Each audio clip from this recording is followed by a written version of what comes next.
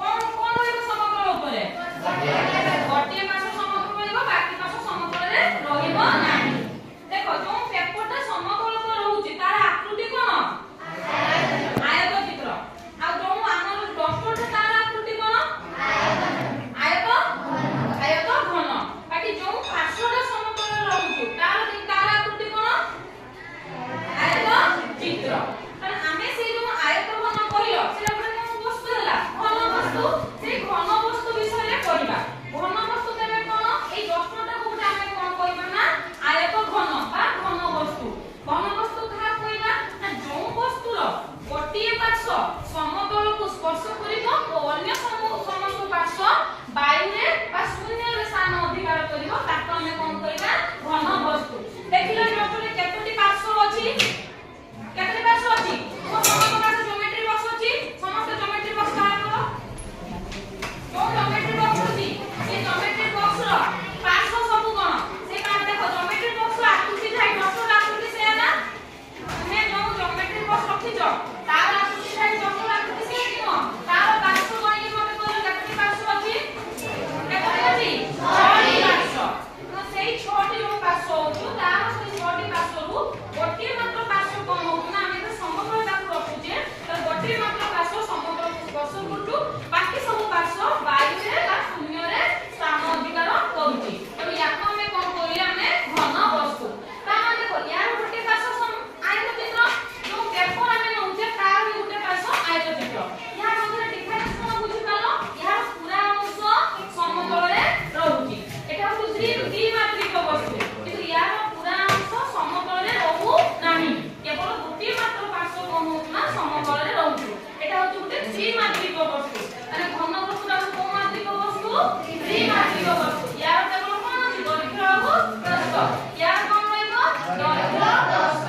उच्चता काई तार किछु उच्चता होउछ जहा पर कि तार अन्य अंश कोन होउछ ना भूमि रे हमर वायु रे बा शून्य रे स्थान अधिकार करूची देखो जो माने घन वस्तु कहिले तो ये हमें देखिबा से घन वस्तु विषय अधिक हमें जानिबे घन वस्तु कोन केवल कोन दर्शक हमें घन वस्तु कहिला आ कोन किछि घन वस्तु नाहंती कि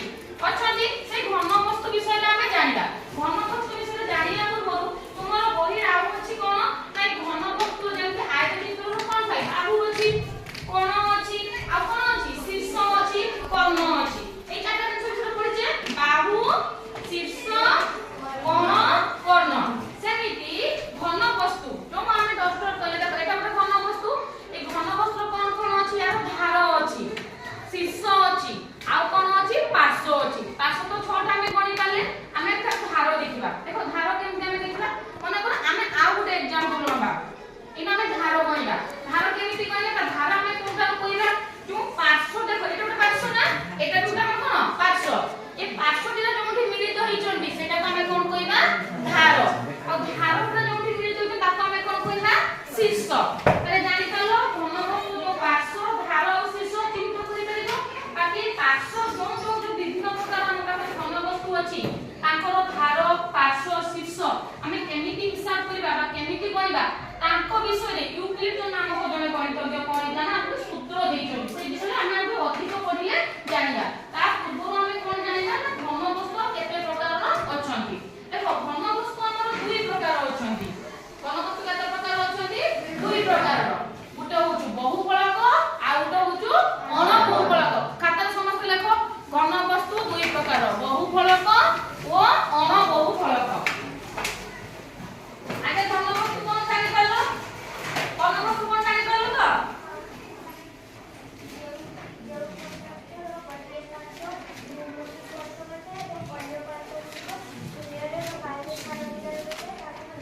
भेरी गुड बस माने जो वस्तु रो गोटे पार्श्व भूमि को स्पर्श करिवो आ अन्य समस्त पार्श्व शून्य रे वायु रे स्थान अधिकार करिवो ताको हमें कोन कहबा घन वस्तु देखि तुमे कहलो घन वस्तु दुई मात्रिक ना त्रिमात्रिक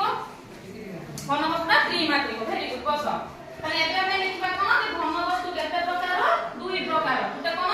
बहुफलक आ गुटे होतो अणबहुफलक ताले एबे हमें देखिबा जे बहुफलक पुनी कोन अणबहुफलक पुनी कोन देखो बहुफलक और अणबहुफलक देखो तेनु ताकि हातर दिमे जे किछ अछि गुटेटा कोन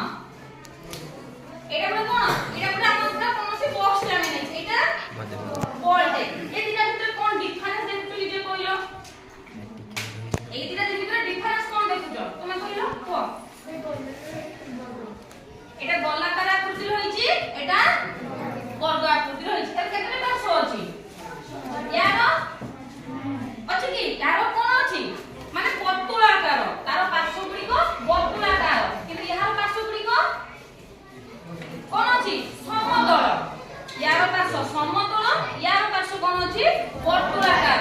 ଏଇଟାକୁ ଆମେ କହିବା ବହୁଫଳକ